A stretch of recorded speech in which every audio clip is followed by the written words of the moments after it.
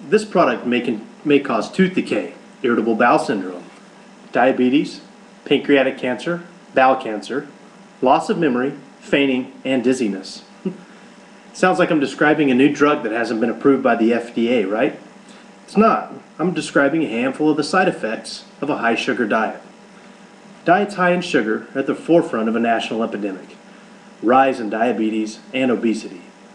I'm going to make you aware of exactly what this sweet little treat is doing to you and your loved ones. High sugar diets stimulate increased insulin production.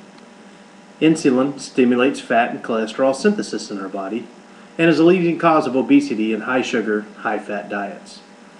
Do you know about 1/3 of the U.S. adults are considered obese? And I know we've all heard a lot about the rising obesity problems in our country today, and it doesn't seem like there's any end in sight.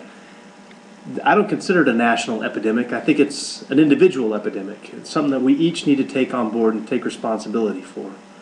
The 2008 estimated costs of obesity-related health issues in the United States was $147 billion. $147 billion. That's a lot of money. That's a pretty good chunk of our national debt, the big problem that we're facing, the other epidemic that we have going on right now. Diabetes, linked to obesity and high sugar diets, is another major result of a high sugar diet. Diabetes can lower your immune system and make you more vulnerable to other diseases, or make you more vulnerable to cancer, pancreatic cancer, irritable bowel syndrome, just a few of them. The list goes on and on. If there's a disease out there, I guarantee you a high sugar diet can definitely increase your chances of contracting that disease. Diabetes, you have to constantly monitor your blood sugar levels. The test kits are painful by pricking your finger to sample your blood, and treating the disease can be very expensive, not only with the medical things that you have to buy, the medical supplies that you need to buy, but also the diet that you have to monitor. Diabetics are also the diabetes anyway is the 7th leading cause of death in the U.S. It affects 26 million Americans currently today, or as of 2010. 26 million Americans have either type 1 or type 2 diabetes. Type 2 being the most common, most easily treatable, and also the most easily reversible through a strict diet plan. So, just how much sugar do we eat? Well, in the U.S., we consume about 140 pounds of sugar per person per year. 140 pounds. That's a lot of sugar. That's 40 teaspoons a day. Would you like to see how much 40 teaspoons of sugar is a day? The average American, there it is right there, folks. That's 40 teaspoons of table sugar. That's hidden in everything that you eat, from pita bread, wheat bread, white bread, to Snickers bar and Coca-Colas. 40. Let me see here. That's almost 2 cups of white table sugar. If I asked you to put this in your body every day, you would call me crazy.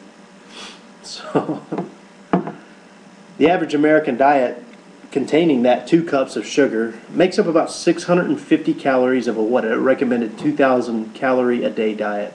That's astonishing that Americans eat that much sugar. Well, what can we do to lower our sugar intake? In one of my previous speeches, I spoke a lot about sugar substitutes such as stevia, Truvia, NutraSweet. The list goes on.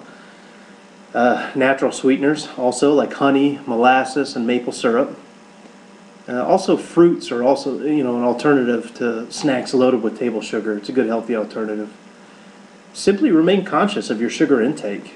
Some self-discipline and self-control. Hope that you've learned a lot about my little speech today. We've highlighted some of the dangers of a high sugar diet, such as diabetes and the diseases that are associated with it, and the pain of the test kits and all that stuff. Obesity. Nobody wants to be fat. I don't want to be fat. I think I am fat. According to the Air Force, I am obese. The verdict's still out on that. And a host of other, various diseases: irritable bowel syndrome, pancreatic cancer. So we've also discussed alternatives and limiting our intake of sugar with substitutes and good choices. all things that I've taken on board. I have seen noticeable weight gain loss. I've seen a change in my mood and my habits through doing this.